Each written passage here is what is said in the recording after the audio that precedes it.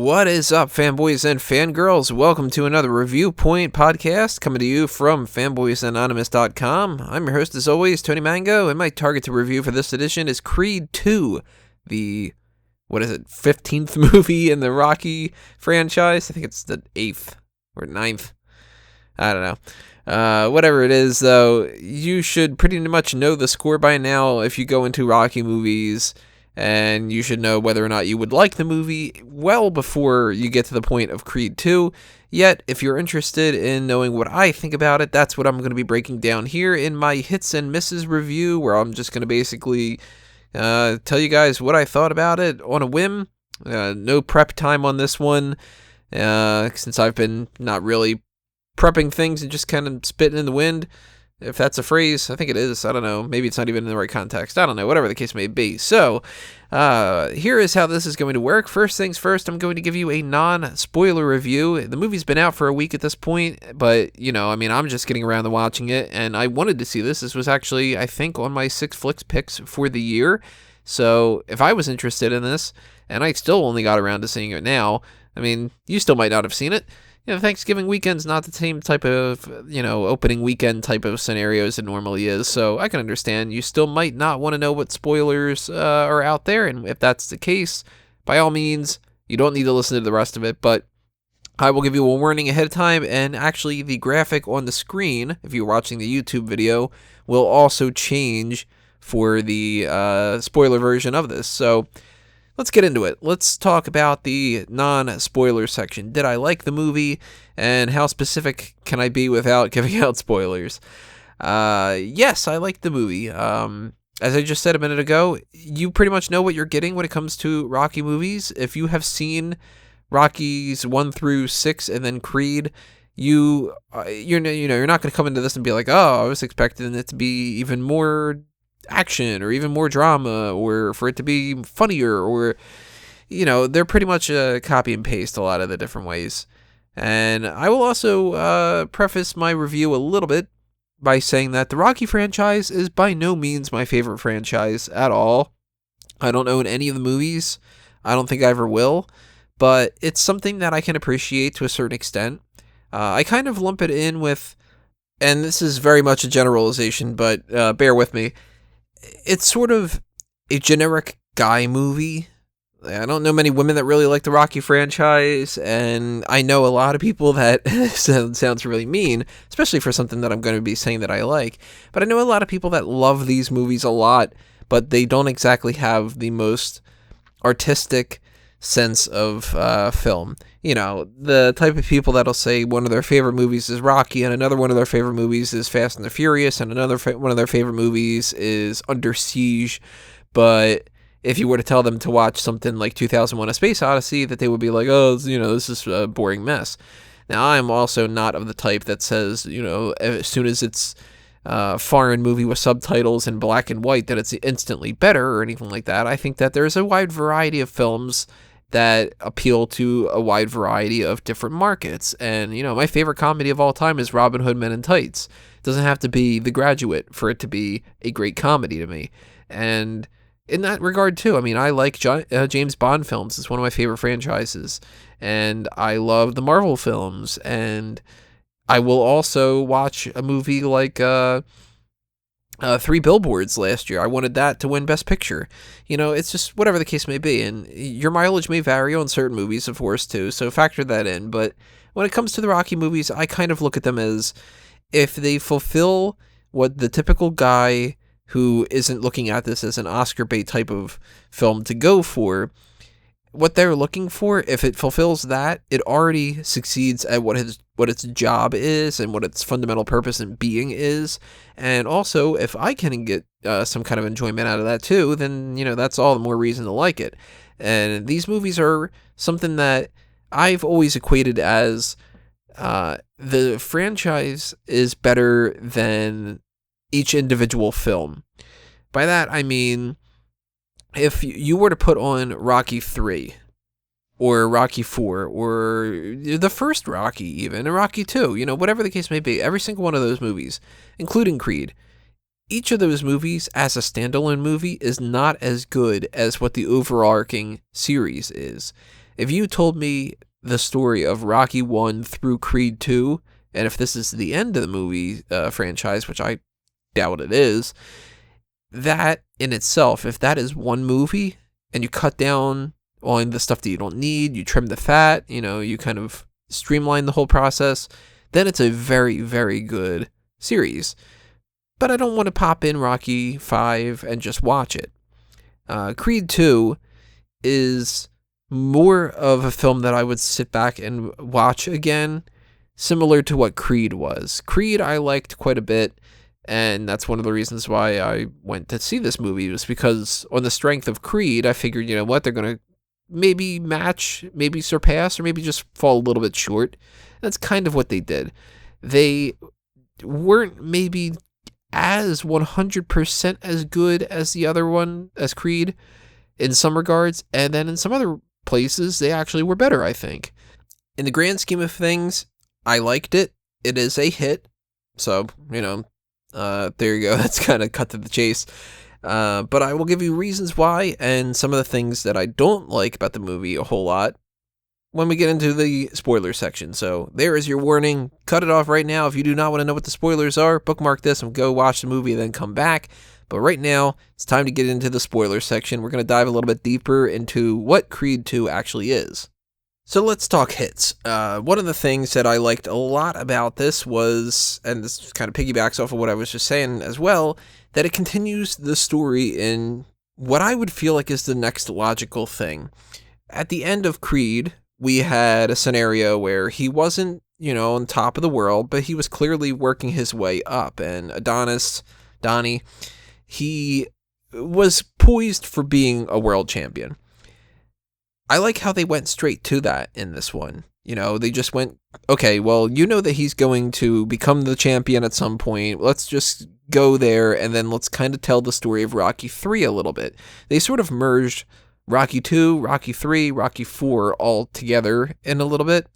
And I like that because it's a little bit more efficient. And when you're having a franchise that's like this, that is built on what came before it, you can do those kind of things because this is a very simple story too. It's not the most complex story in the world. It's just following these characters and the journey that they're on, but it's not like, and then there's this big twist that happens and everything goes crazy. And then it's like, we're dealing with the multiverse and no, it's just boxing is boxing. And this is the tale of boxers and the lives that they have that surround the boxing world.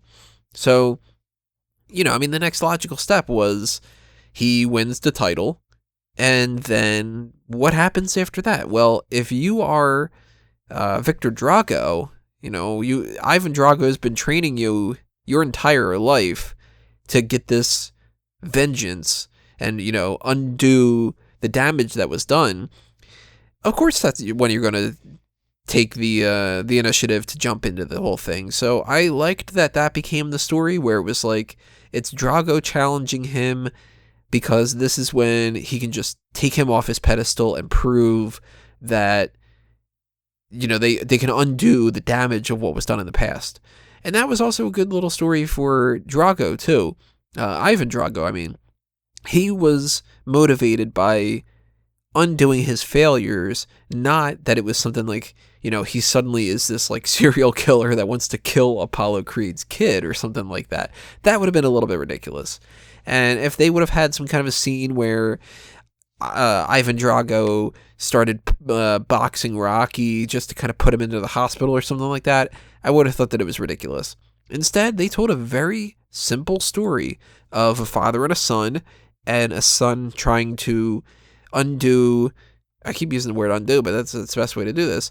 It's like the sins of the fathers type of thing. And I thought that it was a great way to do that because it actually also made Victor Drago very sympathetic. And he was another one of my big hits here. He looked like a badass, of course. So you already have the whole like dominating size factor to him. So that was good casting. He wasn't really like, dialogue heavy. So, he did his job by the facial expressions that he needed to do and everything like that. And his story by the end of this, for those who want to know the spoilers and didn't watch the movie and whatever the case may be, and those who did watch the movie but need a little refresher, he was raised by Ivan Drago after his mother, Ludmila Drago, Brigitte Nilsson, after she left because it's a disgrace, to be in this family kind of a thing. And she married somebody else who looked like someone kind of like a consulate member or something like that. I don't really know.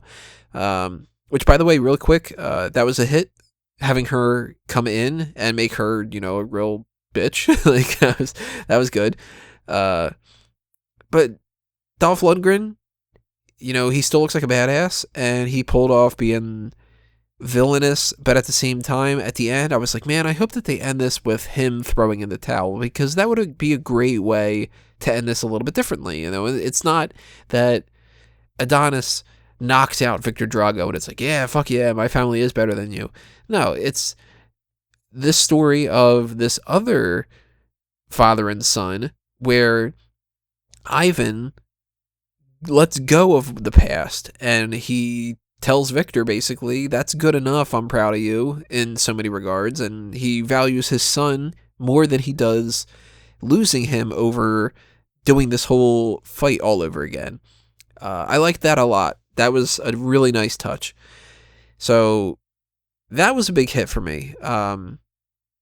Rocky in this, a little bit of a mixed bag. He wasn't quite a hit. He wasn't quite a miss. I liked the idea that he wasn't sure what to do when it came to, should he have trained Donnie, or is he giving him a better chance because he's turning his back on him? I liked that. I don't know about the whole idea of like him not having a relationship with his son. That felt a little bit contrived. I don't know. I did like, however, major hit though that they brought back Milo Ventimiglia. That was really, really good, because I was wondering in the last movie where he was, and I knew that they addressed it, kind of like pushed off on the side of like, he's dealing with his own stuff. But if he would have never been back into the franchise, it would have been a little bit strange. So having him show up again just in one scene, that's all you need too, is to just let you fill in the blanks. At this point, is there a Creed 3? If there is, we don't need to address the idea of Robert Balboa, because Rocky is in their life again, and I'm sure he's off to whatever he is on the sidelines, and that's all you really need to know. So that was great. That was a nice way to kind of bring that full circle.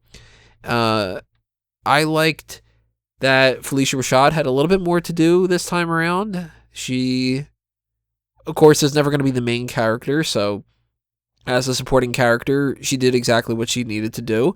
And I liked that she wasn't just crying her eyes out, talking about how, oh, I'm afraid that you're going to die or something like that. No, it was, hey, I'm your mom, but I can't tell you what to do. You're going to do what you're ever going to do, but you should think about what you're doing as a father now and as a husband and all the other kind of things that go along with that. Very mature. I like that quite a bit. I will say a miss, though. Tessa Thompson in this one, Bianca's character, she's great when it comes to being supportive, and she's great when it comes to, I guess, being like Donnie's like equal in terms of partnership. But this story of her going deaf and that they have a deaf daughter now, I don't know where they're going with this. And it kind of seems like maybe the people involved really, really, really wanted to make that a plot point for almost no reason. Maybe just to bring attention to people that are suffering with hearing problems, which I have no problem with, like, oh, why are we including this or something like that? But it just didn't feel like it served much of a purpose other than manufactured sadness. And I guess I'll cut them a little bit of slack. I don't know where they're going to go in the future for this. Maybe that's going to be some kind of a plot point in Creed 3.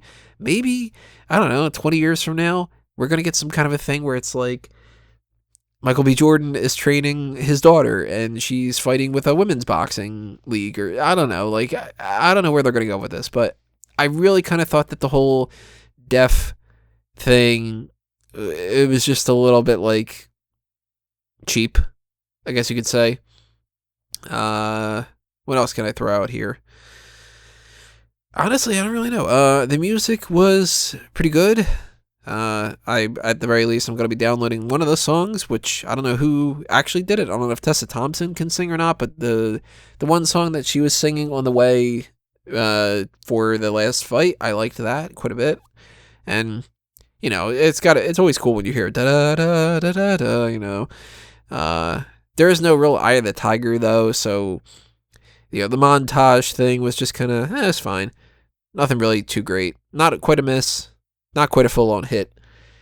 The cinematography, all that kind of stuff, visuals, they were all fine. It's a hit, but it's not the most impressive thing in the world. So it's more so it was good, and there was no problems on my end. And this is a hit. This is the type of thing that I went into it expecting to like it and not absolutely love every little bit of it to where I want to watch it again and again and again. But before Creed 3 comes out, if they do make a Creed 3, I'll revisit Creed 2 just to give myself a little refresher, and then we'll kind of go from there. And really, what at this point do they need to do? He is the champion, so he needs to lose it. But who does he lose it to? Is it like Mr. T's kid? It's a little bit weird. I don't know where they can go from here, except for I would assume Rocky dies in the next movie because he hasn't died yet, and that's really the true end of everything. Although this really could have been the end. If this is the end of the series, I'm okay with it. And I guess that's kind of all I can really ask for, is a good enough movie that I feel like I got my money's worth, and it continues on a franchise that can sometimes have some bad moments to it, but at the same time, at the sum of its all parts, is very, very good. So, thumbs up. It's a hit. I recommend seeing it. If I'm not spoiling everything already, and you want to see it and all that other kind of stuff, by all means, drop your comments below. Tell me what you thought of the movie, whether it's a hit or a miss, or somewhere in the middle when it comes to you. And make sure that you subscribe on the YouTube channel and ring that little bell. Check that off for notifications of whatever the hell the next thing is that I'm going to be doing, which I have no idea what it will be. And stay tuned to fanboysanonymous.com. That's where you will find all of my other content, like my Weekend Geek. I do that every single week. It's just a breakdown of some little shorter stories that I don't have the time to write full-on articles about. And then, of course, anytime that there's like a Marvel movie, I'm always doing reviews for those, and every once in a while when I get the free time, I like to just do a little special thing here and there. But who knows what else is happening? The best way to be aware is to just follow all the accounts. Same thing when it goes to the Facebook and Twitter accounts. Subscribe all the different platforms. If you are on the sports entertainment side of things and you like professional wrestling at the very least, not boxing, but pro wrestling, go to smarkoutmoment.com and you will find my pro wrestling stuff there, and all the other places elsewhere like Bleacher Report, E-Wrestling News, and blah, blah, blah, blah, blah. You should know the score by now. Plenty of you come from Smart Out Moment over to here rather than Fanboys over to Smart Out Moment, but hey, just a little bit for those kind of people. There's a Patreon for Fanboys Anonymous if you would like to show your support and help keep the lights on, and also give me the motivation to do some other kind of things like this, because I would love to do more group meeting podcasts like I used to, and to do more fan tracks, the commentary tracks of different movies and TV shows. I would love to do editorial pieces about different things, and to really dive deep into comic books and movies and TV and all the other things that I'm a big fan of. So if you want to be a motivator for that, that's the best way. Just, toss some spare change my way and we'll get things working when it comes to that stuff. But for now, that'll do me in. It's time for me to geek out, everybody. Thanks for listening to this. I will see you later.